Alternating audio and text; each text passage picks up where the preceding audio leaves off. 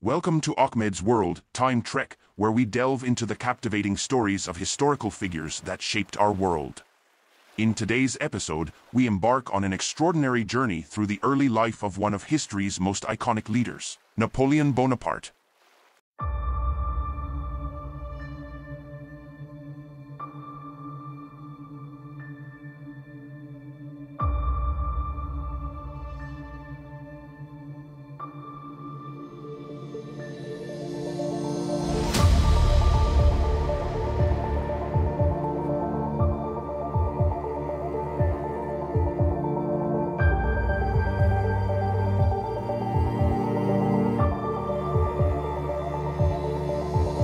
Napoleon Bonaparte, born Napoleon de Bonaparte, came into the world on August 15, 1769, in the town of Ajaccio on the island of Corsica.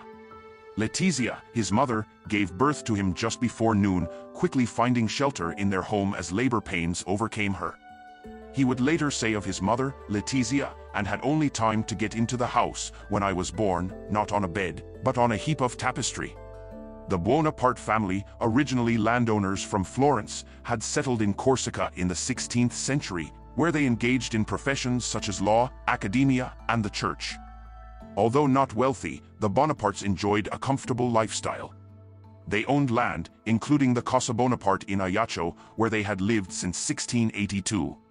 The family also possessed property in other towns, a vineyard, a flock of sheep, and employed several household staff.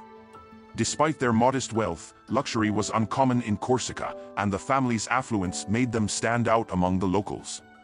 In the mid-18th century, Corsica was nominally under the rule of the Italian city-state of Genoa. However, the mountainous interior remained largely independent, with the charismatic Pasquale Paoli leading a movement for Corsican nationalism.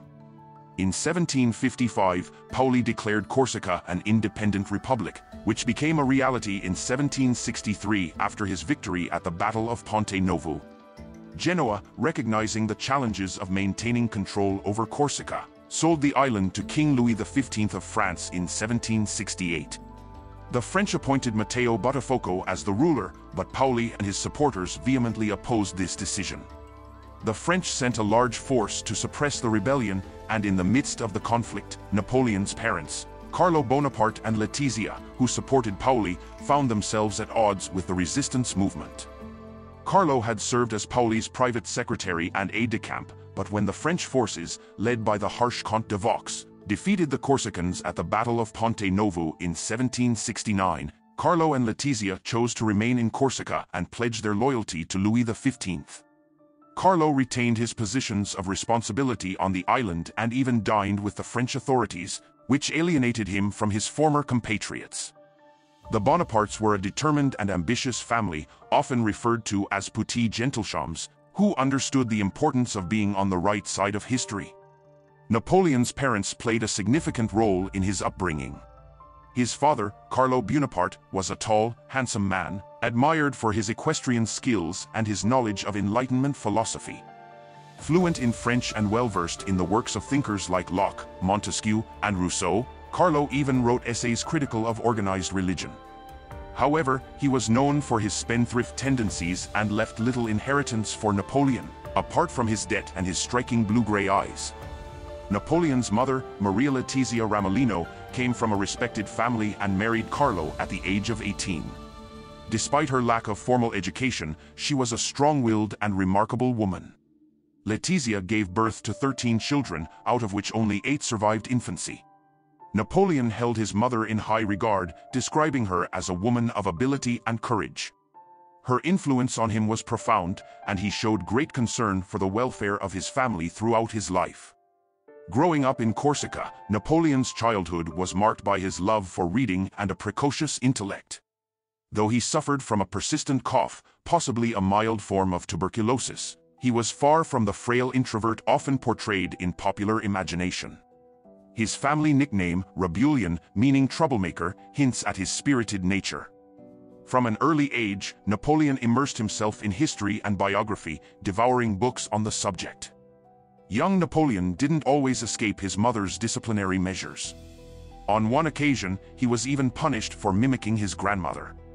However, Napoleon never spoke of his mother with anything but genuine love and admiration. He described her as a superb woman, a woman of ability and courage. In his own words, her tenderness was severe. Here was the head of a man on the body of a woman. His voracious reading shaped his character and provided him with a deep understanding of military and political strategies. Inspired by the campaigns of great conquerors like Alexander the Great and Julius Caesar, Napoleon saw himself as a student of history, learning from the triumphs and failures of those who came before him.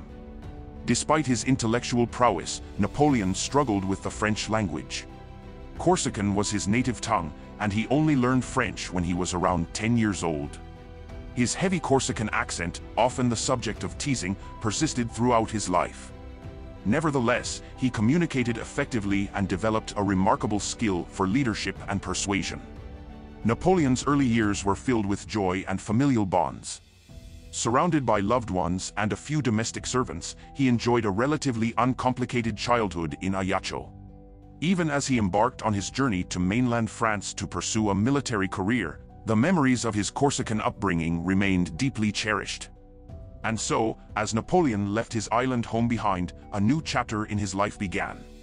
Join us in the next episode as we explore his rise to power and the legacy he left behind.